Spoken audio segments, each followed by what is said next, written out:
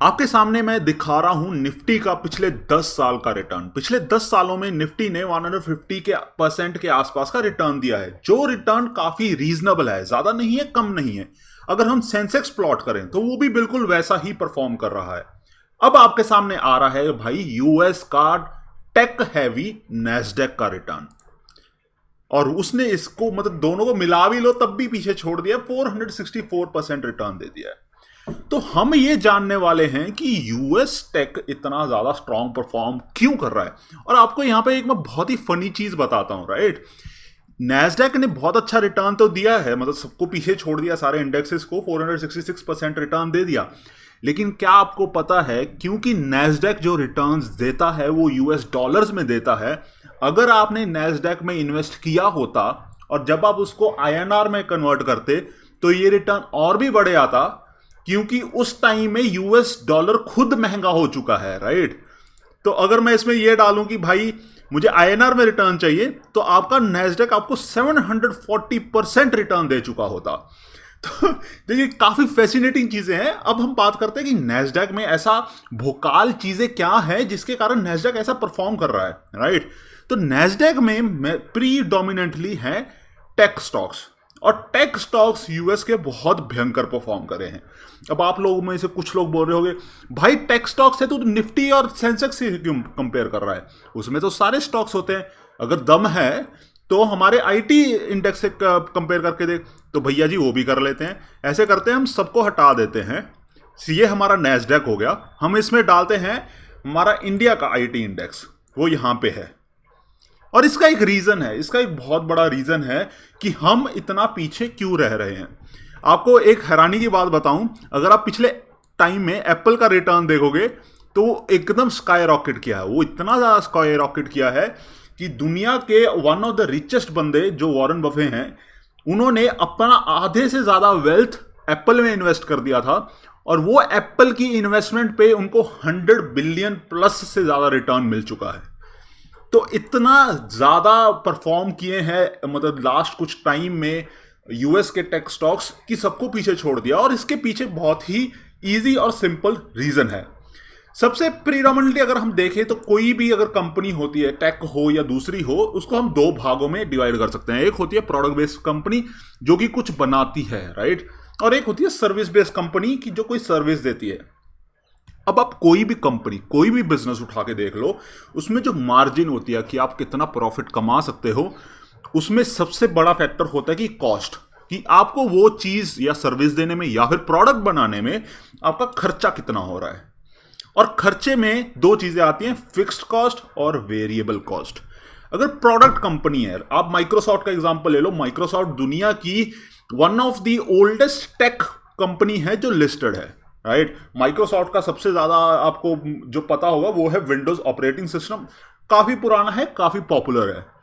अगर मैं ये बोलूं कि माइक्रोसॉफ्ट को एक विंडोज ऑपरेटिंग सिस्टम बनाना है 100 लोगों के लिए, और मैं आपको बोलूं कि उनको वो ही ऑपरेटिंग सिस्टम बनाना है 1 करोड़ लोगों के लिए, राइट, तो जो उनका फिक्स कॉस्ट है और वेरिएबल कॉस्ट है, उसमें जो वेरिएबल कॉस्ट का इंक्रीज होगा वो बहुत कम होगा।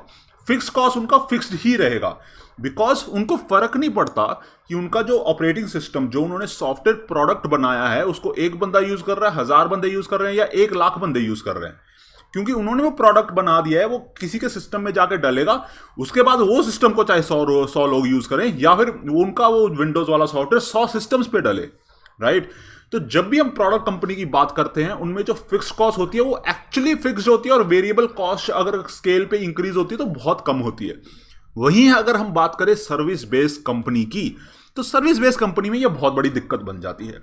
सर्विस कंपनी में बेसिकली क्या होता है कि आप किसी को वो सर्विस प्रोवाइड करते हो, वो सर्विस प्रोवाइड करने के बदले में आपको बंदा पैसे देता है। अगर मैं कल जाऊं और टीसीएस भैया जी को बोलूं, और टीसीएस भैया जी हमारे लिए एक वेबसाइट बना दो, राइट, तो कुछ बंदे वहां से वो वेबसाइट पे काम करना शुरू कर देंगे। अगर मेरे जैसे 1000 लोग आके बोले ओ टीसीएस भैया जी हमारे लिए वेबसाइट बना दीजिए, तो उनको अगर वहां पे एक वेबसाइट पे 2 लोग लग रहे हैं तो 1000 वेबसाइट पे 2000 लगेंगे। तो अगर हम फिक्स कॉस्ट और वेरिएबल कॉस्ट वाली बात फिर से लेके आए, तो यहां पे इनका फिक्स कॉस्ट जो फिक्स्ड रहता है वो बहुत कम है, और वेरिएबल कॉस्ट जो चेंज होता है स्केल होने पे वो बहुत ज्यादा है। तो इसके कारण जो प्रोडक्ट बेस्ड कंपनीज है राइट, वो स्टार्टिंग में अपने प्रोडक्ट पे बहुत ज़्यादा खर्चा करती है, उसको परफेक्ट बनाती है, मार्केट को अक्वायर करती हैं और उसके बाद उस पर भयंकर रिटर्न्स कमाती हैं। आप विंडोज का ही एग्जांपल ले लो, विंडोज का एग्जांपल ले ही रहे हैं तो आपको पता होगा कि बहुत लोग पायरेट करते हैं विंडोज को। माइक्रोसॉफ्ट ने कभी आपके दरवाजे पे दस्तक दी, अरे भैया क्यों चोरी क्यों कर रहे हो, कभी नहीं बोला ना उन्होंने। अभी अब ये नहीं बोल सकते कि माइक्रोसॉफ्ट ये कर नहीं सकता। माइक्रोसॉफ्ट के पास इतना पैसा है कि वो हर बंदे को सू कर सकता है कोर्ट में जाके, लेकिन वो नहीं करते। इसका एक रीजन है, वो चाहते हैं कि लोग विंडोज यूज करें और विंडोज में हुक हो जाएं, ताकि वो और कोई ऑपरेटिंग सिस्टम चला ना पाए या फिर चलाना ना चाहें। और इसके कारण जब भी आप कोई नया लैपटॉप खरीदते हो, लेट से आपने डेल, एचपी, लेनोवो का कोई भी लैपटॉप खरीदना है, उसमें पहले से विंडोज डालनी पड़ेगी जो ओईएम है, जो मैन्युफैक्चरर है, क्योंकि उनको पता है सबसे ज्यादा विंडोज बिकता है और वो कंपनी से फिर वो विंडोज का पैसा वसूलते हैं। तो जब भी आप कोई प्रोडक्ट बेस्ड कंपनी देखोगे राइट, तो वो क्या करते हैं, वो एक प्रोडक्ट पे इतना ज्यादा फोकस करते हैं और उसको इतना बढ़िया बना देते हैं कि फिर लोग उसको छोड़ नहीं पाते। और जब वो स्केल हो जाता है, जैसे मैंने आपको बोला फिक्स कॉस्ट और वेरिएबल कॉस्ट, मतलब फिक्स कॉस्ट एक्चुअली फिक्स है जो काफी बड़ा होता है, और वेरिएबल कॉस्ट स्केल के साथ बहुत कम इंक्रीज होता है। तो इसी के कारण जो प्रोडक्ट बेस्ड कंपनीज है वो भयंकर प्रॉफिट्स कमाती हैं, और हमारी इंडिया में जो सर्विस बेस्ड कंपनीज है वो थोड़ा कम प्रॉफिट कमाती हैं। इसी के कारण अगर हम जाते हैं कि दुनिया में सबसे बड़ी प्रोडक्ट बेस्ड कंपनी और सर्विस बेस्ड कंपनीज कौन सी हैं, तो आपको पता चलेगा कि इंडिया में मोस्टली सर्विस बेस्ड कंपनीज हैं। क्या आपको पता है कि हमारा जो इंडियन आईएनआर है वो यूएस के मुकाबले कम क्यों होता जाता है राइट, वो लूज क्यों करता है अपनी value? It's actually one of the reasons कि आपको खुद की करेंसी को डी वैल्यू करना पड़ेगा अगर आप चाहते हो कि अपनी सर्विस इंडस्ट्री को ज्यादा वैल्यू मिले दुनिया में राइट। अगर इंडिया सस्ता होगा सर्विस प्रोवाइड करने में, तभी लोग यहां से आके सर्विस लेंगे ना। तो इसके लिए मैं अलग वीडियो बना दूंगा, बट आपको समझना पड़ेगा कि इंडिया में बहुत सारी टेक कंपनी सर्विस प्रोवाइड कर रही हैं, बहुत कम टेक कंपनी, स्पेशली बहुत बड़ी टेक कंपनीज इंडिया में नहीं हैं जो प्रोडक्ट बनाएं, और इसके कारण इंडिया अपने टेक इकोसिस्टम में बहुत लैग कर रहा है, और यहाँ पे आपको वो सीरियसली दिख रहा है राइट। तो अगर ये हमारा एप्पल को हटा देते हैं हम, ये हमारा नैस्डैक है और ये हमारा निफ्टी आईटी इंडेक्स है। मैंने सारे कंपनीज इसमें से हटा दिए, सिर्फ आईटी इंडेक्स उठाया है इसमें से, और आपको पता चल रहा होगा कि ये 250% के आसपास रिटर्न दे रहा है, और ये भैया जी हमारे 740% पे बैठे हैं। ऐसे करते हैं हम, कंपनीज भी थोड़ी सी कंपेयर कर लेते हैं राइट। यूएस की सबसे बड़ी टेक कंपनीज होगी हमारी एप्पल होगी, माइक्रोसॉफ्ट होगी और अमेजॉन होगी राइट। अगर हम बात करें इंडिया की तो टीसीएस होगी जो यहां पे लाई कर रही है, इन्फोसिस होगी जो यहां पे लाई कर रही है, और एचसीएल होगी जो थोड़ी सी ऊपर है। लेकिन आपको पता चल रहा होगा कि इंडिया की तीनों कंपनी सबसे ज्यादा नीचे हैं और उनकी तीनों कंपनी सबसे ऊपर हैं। And that is a whole ecosystem. आज जब हम टेक में घुसते हैं या सर्विस इंडस्ट्री में घुसते हैं, जो कॉस्ट स्ट्रक्चर होता है वो बहुत अलग हो जाता है, जो आपके प्रॉफिट्स होते हैं वो बहुत अलग हो जाता है। अब आप लोग पूछ रहे होंगे कि भाई तो हम इससे फायदा कैसे उठाएं राइट।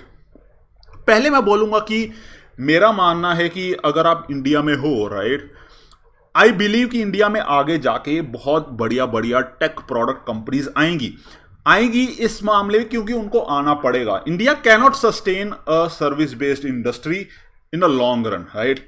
हमेशा से फिर ऐसा ही होता रहेगा कि यूएस के माइक्रोसॉफ्ट, एप्पल और अमेजॉन जैसी कंपनीज इंडिया में आएंगी चीप लेबर ढूंढने के लिए, और वैसे कोई भी बड़ी कंट्री सर्वाइव नहीं कर सकती। तो मेरे को लगता है कि आपको थोड़ा सा इंडियन टेक इकोसिस्टम पे भी ध्यान रखना चाहिए। मैं बहुत ध्यान रख रहा हूं, मैं तो बल्कि इनमें भी इन्वेस्ट किया हूं because I believe in them right. मेरे को लगता है कि इंडिया बहुत बढ़िया परफॉर्म कर सकता है। लेकिन अगेन अगर हम थोड़ा सा प्रैक्टिकल होके सोचें तो ये कोई भाग नहीं सकता इससे कि भाई यूएस टेक ने भोकाल मचा दिया है। तो अगर आपको यूएस टेक में इन्वेस्ट करना है राइट, मैं सीधा जाके स्टॉक्स में इन्वेस्ट नहीं करूंगा यूएस में, just because of the hassle of it, और मेरे को अभी तक कोई ऐसा प्लेटफॉर्म नहीं मिला जो इसको बहुत ही आसान कर दे। तो मैं म्यूचुअल फंड्स के थ्रू करता हूं क्योंकि मेरे को बढ़िया लगते हैं। तो पहला है हमारा नैस्डैक 100 फंड ऑफ फंड। तो मैंने आपको नैस्डैक इंडेक्स का ही रिटर्न्स दिखाया था, और ये नैस्डैक का ही इंडेक्स के ऊपर एक फंड बना हुआ है जिसमें ये इन्वेस्ट करेगा। तो अगर मैं नैस्डैक इसमें जाके मैक्स कर दूं तो भैया जी इसने जब से ये शुरू हुआ है 41.69% का ऑन एवरेज एनुअल रिटर्न दिया है जो कि काफ़ी बढ़िया है। और ना ही ये एग्जिट लोड रखता है और इनका एक्सपेंस रेशियो भी बहुत कम है, राइट। तो और यहां तक कि आपको मिनिमम इन्वेस्टमेंट भी आपका बहुत कम है, because this behaves like a index fund but on a international level. मतलब बाहर की दुनिया के लिए ये इंडेक्स फंड है, लेकिन हमारे लिए ये एक म्यूचुअल फंड है जो इंटरनेशनल है। तो आप इसको चेकआउट कर सकते हो। मैंने इसमें बहुत देर से इन्वेस्ट किया हुआ है, मेरे को ऐसे रिटर्न्स अभी नहीं मिले, पता नहीं ये कहाँ से आए। फिर है एडलवाइज का यूएस टेक्नोलॉजी का फंड। ये फोकस करता है सिर्फ टेक्नोलॉजी वाली कंपनीज पे। ये थोड़ा सा एक्टिव इन्वेस्टमेंट वाला फंड है, यानी कि ये कोई इंडेक्स नहीं ट्रैक करता। ये खुद से सोचते हैं कि भैया हाँ ये कंपनी बढ़िया है, एप्पल के आईफोन बढ़िया हैं तो एप्पल में इन्वेस्ट करो। तो बेसिकली वैसा कुछ थिंकिंग के साथ ये इन्वेस्ट करते हैं। और इन्होंने 44.6% रिटर्न दिया। इनका एक्सपेंस रेशियो भी ज़्यादा है, इनका एग्जिट लोड भी ज़्यादा है। तो ये दो फंड्स है जिसमें मैंने इन्वेस्ट किया। मैं इनका लिंक्स डिस्क्रिप्शन में डाल दूंगा, आप जाके चेक कर लेना। क्योंकि यहाँ से आपको साफ पता चल रहा है कि भाई टेक में बहुत ज़्यादा रिटर्न्स हैं और मोस्ट प्रिडोमिनेंटली यूएस टेक में सबसे ज़्यादा रिटर्न्स हैं। मैंने एक टाइम पे पहले वीडियो बनाई थी जिसका नाम मैंने रखा था कि फैंग में आपको इन्वेस्ट करना चाहिए 700% रिटर्न वाला। और मैंने आपको बताया भी था कि इसमें 700% रिटर्न क्यों हुआ है।